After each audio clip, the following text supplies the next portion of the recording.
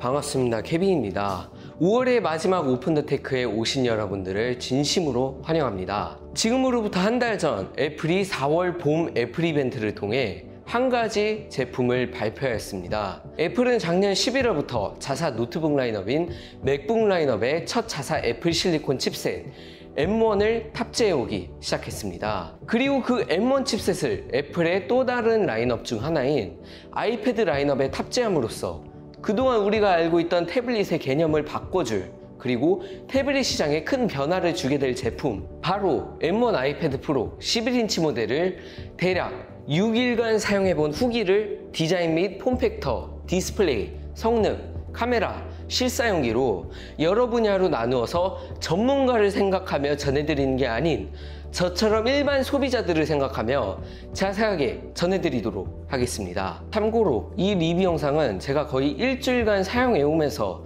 느낀 점에 대해 말씀드리는 거니 사람마다 차이가 있을 수 있다는 점 참고해 주시면서 시청해 주시면 좋을 것 같고, 저는 와이파이 128기가 모델을 선택했습니다. 매직 키보드와 영상 편집 관련 등 조금 더 자세한 내용들은 이번 주 토요일, 일요일, 그리고 다음 주 월요일 영상에서 계속 전해드리도록 하겠습니다.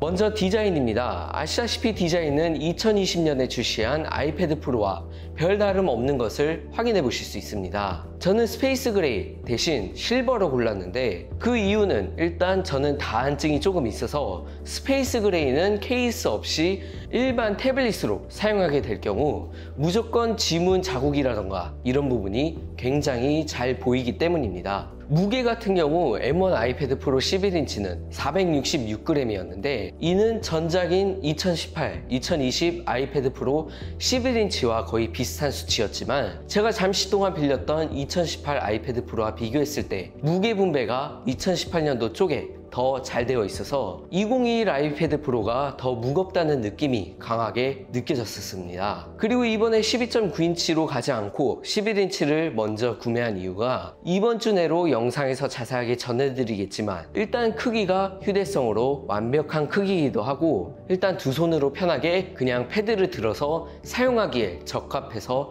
11인치로 선택하게 됐었습니다. 다만 아시다시피 전작과 동일하게 카메라가 가로로 들었을 때 중앙 상단에 탑재되어 있지 않고 왼쪽 중앙에 탑재된 것을 아실 수 있는데, 두 손으로 들다 보면 카메라가 가려져서 페이스 아이디 잠금 해제가 안 되는 경우가 생각보다 많았고, 전면 카메라를 사용하고 있는데 위치를 이동할 때 손이 보인다거나 이런 경우도 종종 있었습니다. 보통 전면 카메라를 사용할 땐 세로로 두고 사용하지 않고 가로로 두고 사용할 텐데, 전면 카메라라도 갤럭시 탭 S7 시리즈처럼 가로로 뒀을 때 중앙 상단에 뒀으면 어땠을까 개인적으로 조금 아쉽다고 생각합니다. 거기에다가 카메라가 베젤 끝부분에 위치해 있어서 두 손으로 들게 되면 무조건 카메라가 가려지는 건 사실이에요. 이제는 디스플레이에 대해서 전해드리겠습니다.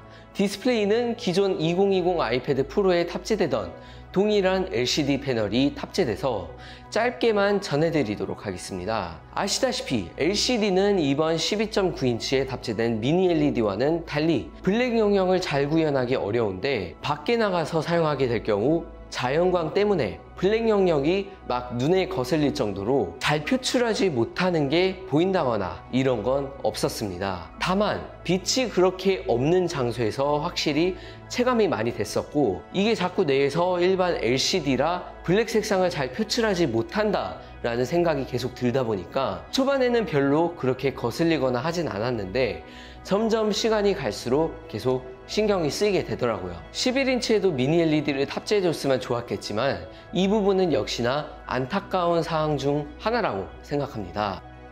세 번째로 성능, 그리고 앱에 관해서 몇 가지 전해드리려고 합니다. 아시다시피 이번 M1 아이패드 프로는 M1 칩셋이 중심이라고 보시면 될 것 같습니다. 이번 M1 아이패드 프로는 내장 스토리지 512기가 모델까지는 8기가 램이 탑재되었고 1TB 모델부터는 16기가 램이 탑재되어 있습니다. 여기서 8기가 모델로 구매해도 크게 지장이 없는지 여쭤봐 주시는 분들이 계셨는데, 일단 결론부터 말씀드리자면 굉장히 강력합니다. 굳이 램 용량 때문에 1TB 이상의 모델을 고르실 필요는 없다고 크게 느껴졌었습니다. 리프레쉬에 관해서 간단하게 요약해서 말씀드리자면 앱을 40개 실행시켜도 이 40개의 앱을 하나하나 들어가서 확인해봐도 앱이 리프레쉬 되는 현상은 전혀 없었고 버벅임 현상도 일주일간 사용하면서 단 한 번도 있었던 적이 없었습니다. 일단 M1 맥북 에어 및 맥북 프로에도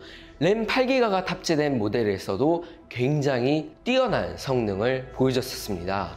그리고 M1 아이패드 프로에선 맥OS가 아닌 그렇게 고사양이 필요하지 않은 아이패드 OS 앱들을 실행시키는 거기 때문에 8기가 모델도 전혀 지장이 없다고 보시면 되지 않을까 싶습니다. 긱벤치5 벤치마크 3번 연속 돌려본 결과 평균 싱글코어 1700점대 그리고 멀티코어는 7200점대를 기록했으며 GPU를 확인하는 메탈 점수는 평균 2만 점대로 GPU는 컴퓨터 GPU와 비교했을 때 GTX 1070과 비슷하거나 동일한 점수대를 기록하였습니다. 아마 다른 영상들에서 다른 유튜버 분들이 말씀하신 내용 그대로 맥OS 앱들, 그러니까 로직 프로, 파이널 컷 프로와 같은 앱들을 M1 아이패드 프로에서도 지원할 수 있도록 이번 6월에 진행되는 WWDC 2021에서 발표해줬으면 좋겠지만, 참고로 애플 마케팅부 부사장 그렉 주즈왁이 관련 앱들을 지원할 생각이 없다라는 내용을 언급한 적이 있기에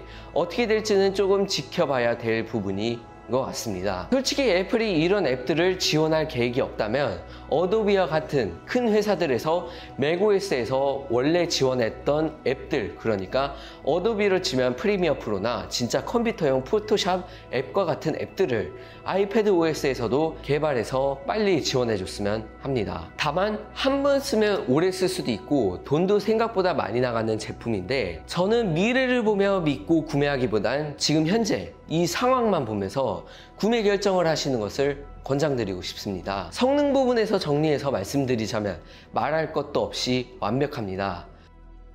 아시다시피 전면에는 새로운 센터 스테이지 카메라가 탑재되어 있고 후면에는 전작과 동일한 듀얼 카메라가 탑재되어 있습니다. 솔직히 후면 카메라를 생각하시고 태블릿을 구매하시는 분들은 없을 거라 생각하고, 간단하게 말씀드리자면 일단 저는 카메라 보고 사시는 거라면 굉장히 추천드리지 않습니다. 태블릿에 탑재된 카메라는 한계가 있고 전면 후면 모두 4K 60프레임까지 지원하고 12메가픽셀과 10메가픽셀 초광각 카메라가 탑재되어 있지만, 후면 카메라를 보신다면 차라리 아이폰 12 라인업으로 가시는 게 좋을 듯 해보입니다. 일단 전면 센터 스테이지 카메라 작동하는 원리가 122도 화각에 달하는 초광각 카메라에서 머신러닝을 통해 카메라가 피사체를 따라다니도록 만든 기능인데요. 현재로선 페이스타임과 줌에서만 지원하는 것으로 알고 있습니다. 카카오톡에서 페이스톡 그리고 디스코드에서 카메라를 켜고 사용할 때는 이 센터 스테이지 기능이 지원하지 않더라고요. 센터 스테이지 관련 API가 다른 앱들에서도 지원할 수 있도록 해줬으면 좋겠지만 페이스타임이나 줌을 아예 안 쓰는 저로서는 굉장히 쓸모없는 기능이라고 느껴졌었습니다. 다섯 번째로 UI, 모니터 연결에 관한 얘기 해보도록 하겠습니다. 이번 M1 아이패드 프로에선 썬더볼트 4를 지원하는 USB-C 포트가 탑재되어 있습니다. 전작과 동일하게 USB-C 허브 이용해서 SD카드 슬롯이나 USB-A 포트를 지원하는 마우스, 키보드 같은 기기도 사용이 가능합니다. 일단 이번 M1 아이패드 프로도 동일하게 모니터를 연결하면 홈 화면이나 앱에선 아이패드 프로와 동일한 비율로 출력됩니다. 전작과 비교했을 때 달라지는 점이라던가 그런 거는 없고요. 이제 루마퓨전에서 영상 편집을 할 때 외장 모니터를 연결해서 프리뷰 모니터를 활용할 수 있는데, 그럴 때는 이제 16:9 비율로 나와서 좋은 것 같습니다만 아직까지 모니터를 맥북 외장 모니터처럼 수월하게 사용하는 건 힘들어 보여요.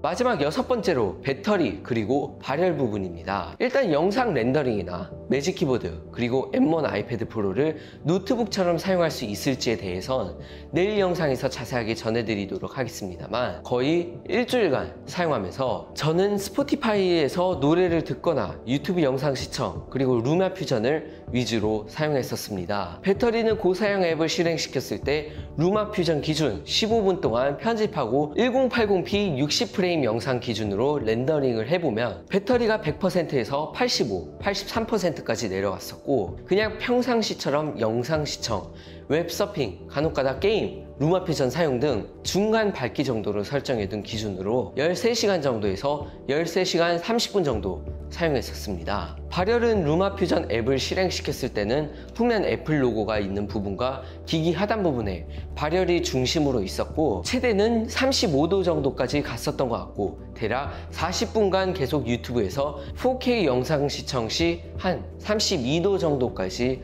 유지를 했던 것 같습니다. 일단 정리해서 말씀드리자면, 배터리는 M1의 탑재됨을 통해 확실히 효율성이 좋은 것 같고, 발열 제어 부분에서 확실히 놀랐습니다. 그래서 정리해서 이번 M1 아이패드 프로 11인치 구매할 가치가 있는가에 대해서 말씀드리자면 충분히 구매할 가치가 있는 것 같습니다. 제가 디자인도 작년과 다를 거 없고 칩셋만 강해졌는데 딱히 구매할 필요가 있을까라고 생각을 했었는데 M1이 그냥 이 편견을 깨버린 것 같아요. M1은 생각보다 무시할 만한 그런 칩셋이 아니다라는 걸 이번에 크게 느껴진 것 같습니다. 다만 현재 아이패드 OS의 한계성, 그리고 아직도 또 다른 하나의 노트북으로 사용하기엔 조금 이르다, 그러기에 이번 WWDC 2022를 좀 지켜봐야 된다가 제 결론인 것 같습니다. 솔직히 말씀드리자면 일주일간 사용해 오면서 크게 느낀 건, 집이 막 대저택처럼 100평이 넘는 집인데